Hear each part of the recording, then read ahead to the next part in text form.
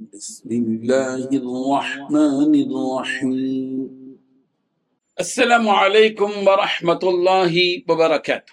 پیارے بچوں، Sunday class سبق نمبر 26 لیسن نمبر 26 ہم تمہارے سامنے حاضر ہیں۔ ننے ننے معصوم بچوں کے سامنے دین کی پیاری پیاری باتیں کرنا ہمیں بڑا اچھا لگتا ہے۔ چلیے آج ہم سب سے پہلے بنیادی دینی باتیں اس عنوان کے ساتھ پیش کریں گے کہ بندے ہو اگر رب کے تو رب سے مانگو۔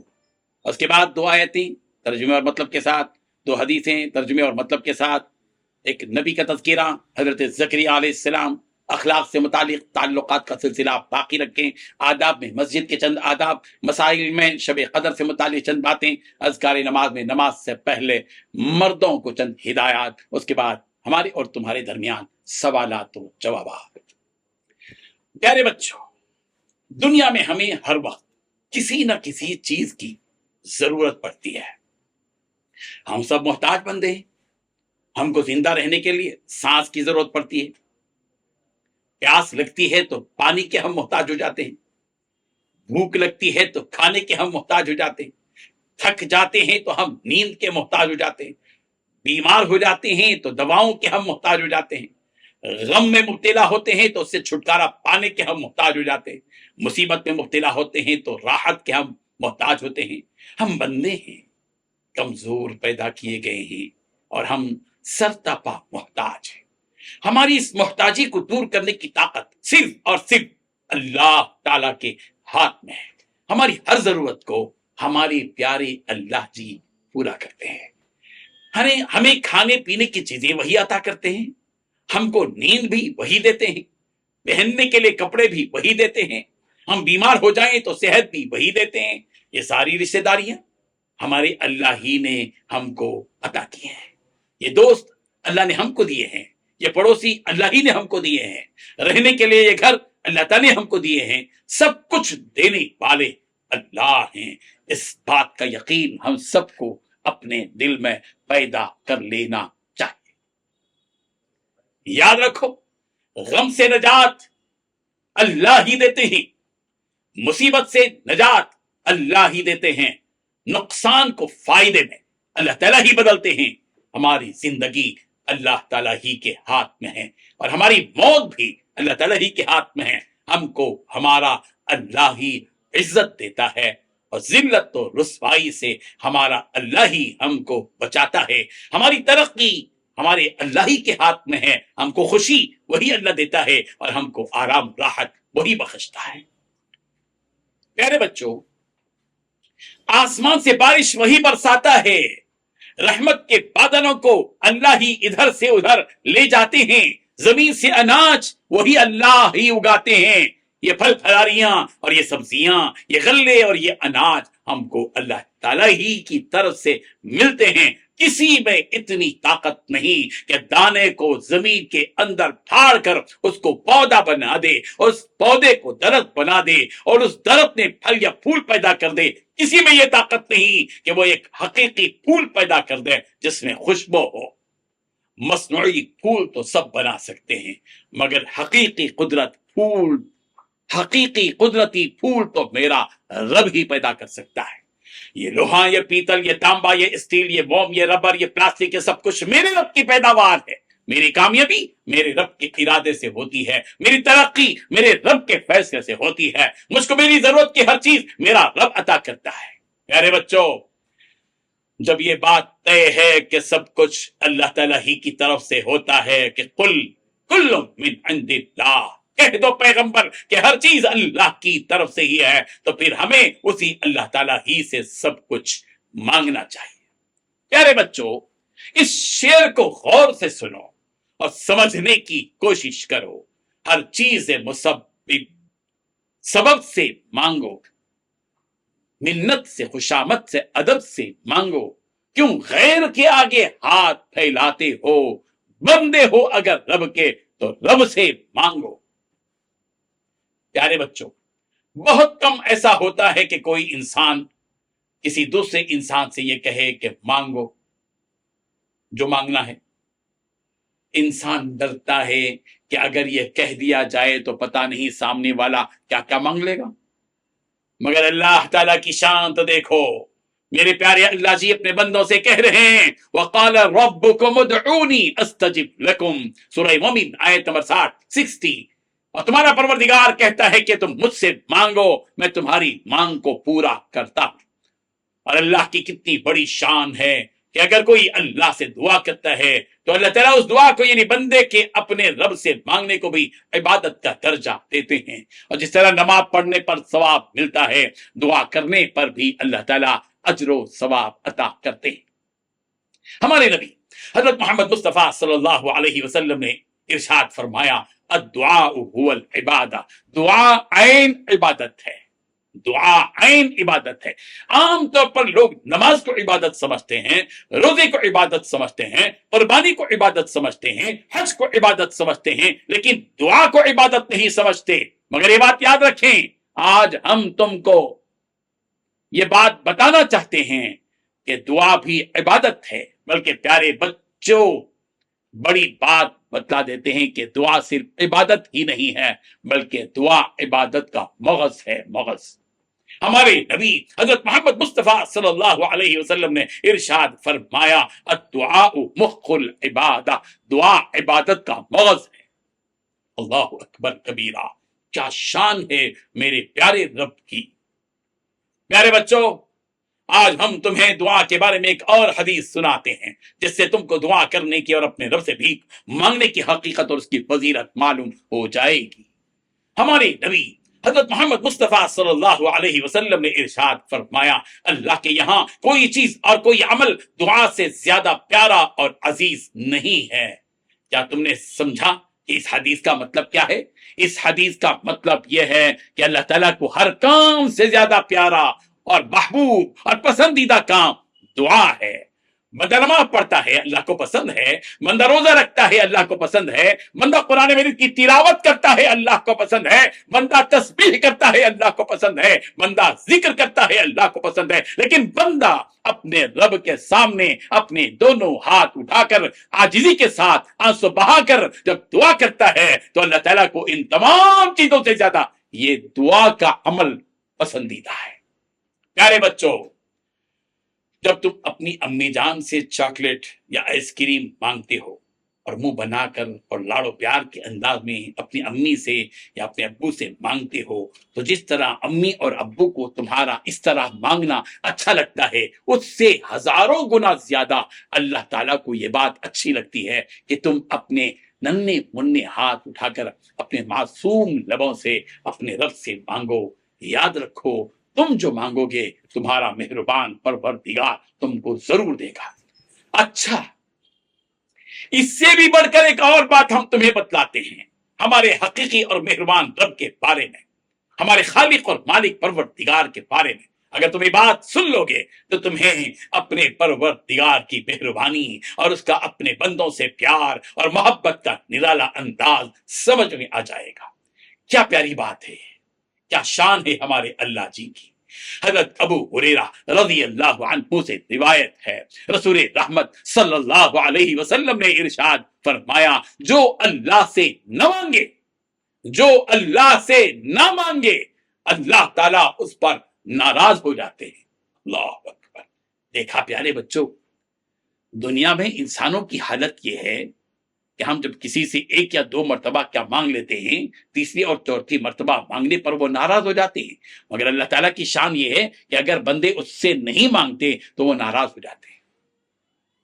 سبحان اللہ و بحمدہ، سبحان اللہ العظیم۔ کہو پیارے بچوں، تم بھی کہو سبحان اللہ و بحمدہ، سبحان اللہ العظیم۔ کتنے پاک ہیں اللہ، کتنے پیارے ہیں اللہ، کتنے بلند و بالا ہیں اللہ، کتنے مہربان ہیں اے اللہ۔ پیارے بچوں، دعا کے بارے میں ہم نے بہت ساری باتیں کہہ دی ہیں۔ ہم سمجھتے ہیں کہ اب تو تم اپنے رب ہی سے مانگو گے اور تمہیں اپنے رب سے مانگنے میں بڑا مزہ بھی آئے گا۔ یاد رکھو جب امتحانات آ جائیں تو کامیابی اللہ سے مانگو۔ جب تم کو کوئی معاملہ مشکل نظر آئے اس کی آسانی کے لیے اللہ تعالیٰ سے مانگو۔ اللہ تعالیٰ کی شان یہ ہے کہ وہ بڑے حیا والے اور بہت رحم اور کرم کرنے والے ہیں۔ اللہ تعالیٰ کو اس بات پر حیا آتی ہے کہ بندہ اس سے مانگے اور وہ اللہ اس کے ہاتھوں کو محروم لوٹا دے۔ یہ ہو نہیں سکتا۔ ایک آخری بات کہتے ہیں پیارے بچوں، وہ بھی دعا ہی کے بارے میں، کہ ہم ایمان والوں کا ہتھیار دعا ہے۔ جس کے پاس دعا کا ہتھیار ہے اس کے پاس دنیا جہاں کی ساری نعمتیں ہیں۔ ہمارے نبی حضرت محمد مصطفیٰ صلی اللہ علیہ وسلم نے ارشاد فرمایا، الدعاء سلاح المومن، دعا مومن کا ہتھیار ہے۔ آؤ پیارے بچوں، آؤ ہم سب اپنی ہر ضرورت اپنے رب کے سامنے پیش کریں اور مانگ مانگ کر اپنے رب کو خوش کریں۔ دینی بنیادی باتوں کے بعد 2 آیتیں اور 2 حدیثیں ہم پیش کرتے ہیں۔ پہلی آیت بنی اسرائیل کی، سورہ بنی اسرائیل کی آیت نمبر 37 رب ذوالجلال نے ارشاد فرمایا، وَلَا تَمْشِي فِي الْأَرْضِ مَرَحًا، اور زمین پر اکڑ کر مت چلو، اور زمین پر اکڑ کر مت چلو۔ ہمارے نبی حضرت محمد مصطفیٰ صلی اللہ علیہ وسلم نے ہمیں چلنے کا یہ طریقہ سکھایا کہ ہم تھوڑا سا جھک کر نظریں نیچی رکھتے ہوئے عاجزی کے ساتھ چلیں اور اکڑ کر نہ چلیں۔ دوسری آیت سورہ یونس کی آیت نمبر 106 رب ذوالجلال نے ارشاد فرمایا، وَلَا تَدْعُ مِن دُونِ اللَّهِ مَا لَا يَنفَعُكَ وَلَا يَضُرُّكَ، اور اللہ کو چھوڑ کر ایسی چیزوں کو نہ پکارنا جو نہ تمہارا بھلا کر سکے اور نہ ہی تمہارا کچھ بگاڑ سکے۔ کافر اور مشرک جن بتوں کی پوجا کرتے ہیں وہ ہمیں نہ نقصان پہنچا سکتے ہیں اور نہ ہی نفع پہنچا سکتے ہیں، اس لیے ان بتوں سے ہمارا کوئی تعلق نہیں ہے، ہمیں تو صرف ہمارے رب ہی کو پکارنا ہے۔ 2 حدیثیں پیش ہیں۔ طبرانی کی روایت ہے، رسول رحمت صلی اللہ علیہ وسلم نے ارشاد فرمایا، افضل الاعمال اسعاد المسلم، بہترین عمل مسلمان کو خوش کرنا ہے۔ اگر ہم کسی مسلمان کو اپنے اچھے سلوک سے، اپنے بلند اخلاق سے، اپنے بہترین رویے سے، اپنی نفع بخش گفتگو سے اور اپنی بہترین مہمان نوازی سے خوش کرتے ہیں تو ہمارا یہ عمل اللہ اور اس کے رسول کے نزدیک بہترین عمل ہے، بہترین عمل ہے۔ دوسری روایت، دوسری حدیث مسلم کی ہے، رسول رحمت صلی اللہ علیہ وسلم نے ارشاد فرمایا، اتقی دعوت المظلوم، مظلوم کی بد دعا سے بچو۔ اگر ہم کسی پر ظلم کریں گے اور وہ بد دعا کرے گا تو ہمارا بھاری نقصان ہو جائے گا، اس لیے کسی پر ظلم نہیں کرنا چاہیے، مظلوم کی بد دعا نہیں لینا چاہیے۔ پیارے بچوں، اپنے معمول کے مطابق ہم نبیوں کے تذکرے کا سلسلہ جاری رکھتے ہوئے حضرت زکریا علیہ السلام کا تذکرہ آج کرتے ہیں۔ حضرت زکریا علیہ السلام کا تذکرہ قرآن مجید کی 4 سورتوں میں آیا ہے۔ حضرت زکریا علیہ السلام نے حضرت مریم علیہ السلام کی سرپرستی کی اور ان کی تربیت بھی کی۔ حضرت زکریا علیہ السلام اور حضرت عیسیٰ علیہ السلام کا زمانہ ایک ہی ہے۔ حضرت زکریا علیہ السلام خود بھی نبی ہیں اور اللہ تعالیٰ نے انہیں ایک ایسا بیٹا عطا کیا جس بیٹے کو بھی اللہ تعالیٰ نے نبی بنایا، جن کا نام حضرت یحییٰ علیہ السلام ہے، جن کا ذکر ہم اگلے سبق میں اگلے اتوار کریں گے۔ سورہ انعام کی آیت نمبر 85 میں دوسرے نبیوں کے ساتھ حضرت زکریا علیہ السلام کا بھی ذکر ہے۔ وَزَكَرِيَّا وَيَحْيَا وَعِيسَى وَإِلْيَاسَ كُلٌّ مِّنَ الصَّالِحِينَ، اور حضرت زکریا، حضرت یحییٰ، حضرت عیسیٰ اور حضرت الیاس علیہ السلام یہ سب کے سب نیک لوگوں میں سے تھے۔ حضرت زکریا علیہ السلام نے دوسرے نبیوں کی طرح محنت کرتے ہوئے روزی تلاش کی ہے۔ حضرت زکریا علیہ السلام کا پیشہ نجاری تھا، یعنی وہ بڑھئی تھے، لکڑیوں کا کام کرتے تھے اور اپنی روزی حاصل کرتے تھے۔ حضرت زکریا علیہ السلام دراصل حضرت مریم علیہ السلام کے خالو تھے۔ پیارے بچوں، معمول کے مطابق اچھے اخلاق میں آج ہم عنوان تعلقات کا سلسلہ قائم رکھو کچھ باتیں بیان کرتے ہیں۔ اسلام اپنے ماننے والوں میں یہ اخلاق پیدا کرتا ہے کہ وہ آپسی تعلقات کو مضبوط رکھیں، ایک دوسرے سے ملتے جلتے رہیں، اچھے تعلقات بنائے رکھیں.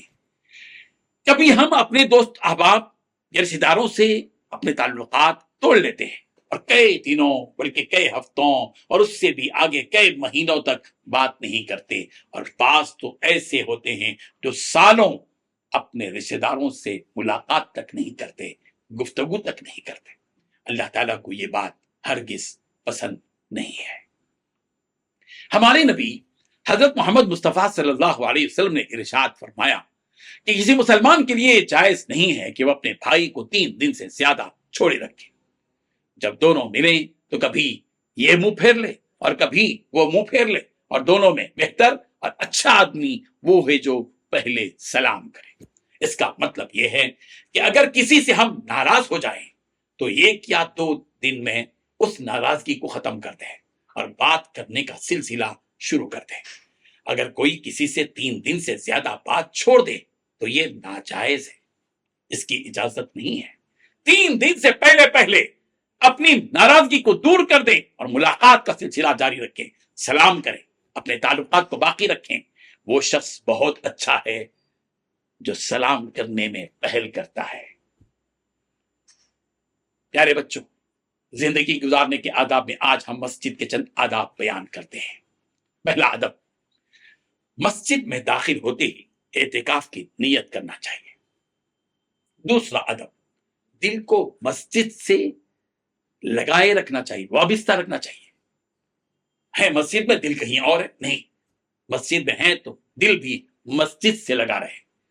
تیسرا ادب, پیدل مسجد جانا چاہیے. گھر سے مسجد کو پیدل, بہت دور ہو وہ الگ بات ہے, آسانی ہے جا سکتے ہیں, پیدل مسجد جائیں. چوتھا ادب, سکون و وقار کے ساتھ مسجد کی طرف جانا چاہیے. دوڑتے دوڑتے, بھاگتے ہانپتے, سانس پھول رہی ہے, بھاگ رہے ہیں, نہیں, سکون سے جانا چاہیے. علیکم بالسکونۃ والوقار. پانچواں ادب, مسجد میں دین سیکھنے اور سکھانے کی نیت سے جانا چاہیے.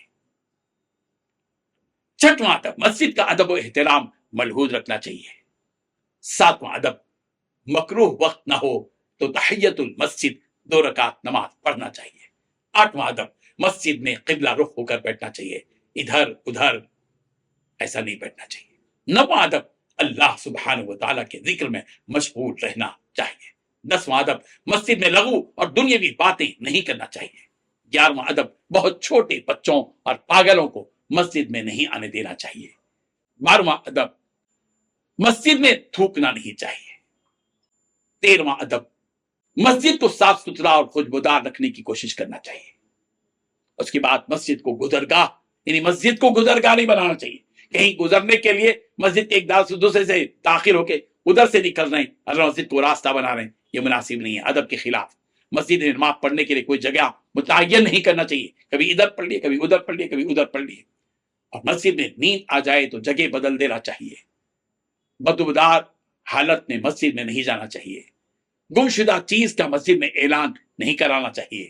مسجد میں خرید و فروخت نہیں کرنا چاہیے. مسجد میں جھگڑے نہیں کرنا چاہیے. یہ چند آداب تھے جو تمہارے سامنے رکھے گئے. شریعت کے مسائل میں آج ہم شب قدر کو عنوان بنا کر کچھ اہم باتیں بتاتے ہیں. رمضان کے آخری 10 دنوں میں جو دوسرا ضروری کام کرنا ہے وہ ہے شب قدر کی تلاش. پہلا کام تو اعتکاف رمضان کے آخری عشرے, اور دوسرا کام ہے شب قدر کی تلاش. آخری عشرے میں 5 طاق راتیں ہوتی ہیں, 21ویں رات, 23ویں رات, 25ویں رات, 27ویں رات اور 29ویں رات. ان میں ایک بہت ہی متبرک اور باعظمت رات ہوتی ہے. اسی کو قرآن اور حدیث میں شب قدر کہا گیا ہے. قرآن میں ایک پوری سورت اسی کی فضیلت میں اتری ہے, سورۃ القدر, انا انزلناہ فی لیلۃ القدر. حدیث میں بھی شب قدر کی بڑی فضیلت ہے. قدر اور اندازے کی رات معنی ہے اس کے عربی میں. لیلۃ القدر کے معنی ہیں قدر اور اندازے کی رات. لیلہ کے معنی ہے رات, قدر کے معنی ہے اندازہ لگانا, اندازہ مقرر کرنا. عزت و قدر کے بھی ہیں. اس رات کو لیلۃ القدر اس لیے کہتے ہیں کہ سال بھر میں جو کچھ ہونے والا ہوتا ہے اس کا پورا خاکہ اسی رات کو تیار ہو جاتا ہے.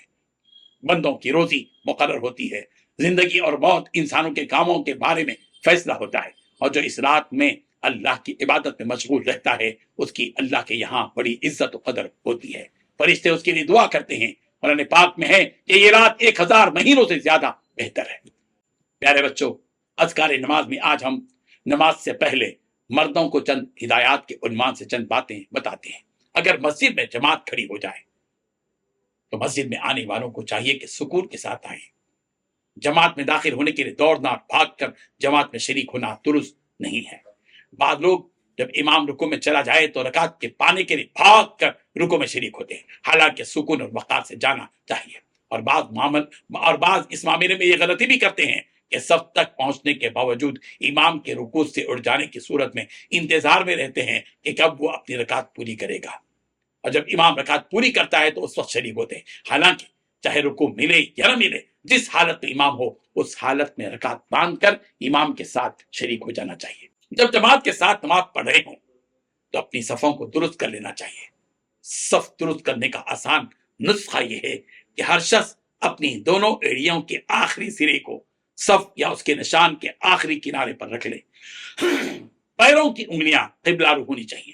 دونوں انگوٹھوں اور ایڑیوں کے درمیان برابر کا فاصلہ ہونا چاہیے، ایسا یا ایسا نہیں، ایسا رکھنا چاہیے سیدھا۔ جماعت کی صورت میں اس بات کا بھی اہتمام کریں کہ دائیں بائیں کھڑے ہونے والوں کے بازوؤں کے ساتھ آپ کے بازو ملے ہوئے ہیں یا نہیں۔ اگر درمیان میں جگہ خالی ہو تو اس خلا کو پر کر لیں اور مل مل کر ٹہریں۔ پاجامے کو ٹخنے سے نیچے لٹکانا ہر حالت میں ناجائز ہے۔ ظاہر ہے کہ نماز میں اس کی برائی اور بڑھ جاتی ہے، لہذا اس کا اطمینان کر لیں کہ پاجامہ ٹخنے سے اونچا ہے یا نہیں۔ اس کے بعد پیارے بچوں، ہمارے اور تمہارے درمیان میں رشتہ مضبوط ہوتا ہے سوالات اور جوابات کے ذریعے سے۔ ہم سوال ہیں تو سمجھو کہ تم جواب ہو۔ کیا تمہیں جواب دینا آتا ہے؟ آتا ہے تو جواب دو۔ 15 سوالات تمہاری خدمت میں پیش ہیں۔ پہلا سوال، کیا ہم سب محتاج ہیں؟ دوسرا سوال، ہم سب کس کے محتاج ہیں؟ تیسرا سوال، کیا اللہ تعالیٰ کسی کے محتاج ہیں؟ چوتھا سوال، مصیبت سے نجات کون دیتے ہیں؟ پانچواں سوال، نقصان کو فائدے میں کون بدلتا ہے؟ چھٹا سوال، کیا اللہ کو یہ بات پسند ہے کہ اس کے بندے نماز ادا کریں؟ ساتواں سوال، جو اللہ سے نہ مانگے کیا اللہ تعالیٰ اس پر ناراض ہو جاتے؟ آٹھواں سوال، عبادت کا موضوع کیا ہے؟ نواں سوال، کیا دعا عین عبادت ہے؟ 10واں سوال، وقال ربکم ادعونی استجب لکم کا مطلب کیا ہے؟ 11واں سوال، کیا زمین پر اکڑ کر چلنا چاہیے؟ 12واں سوال، مسلمان کو خوش کرنا بہترین عمل ہے، اس کا عربی بتلائیے۔ 13واں سوال، مظلوم کی بددعا سے بچو، اس کا مطلب کیا ہے؟ 14واں سوال، حضرت زکریا علیہ السلام نے کس کی سرپرستی اور تربیت کی؟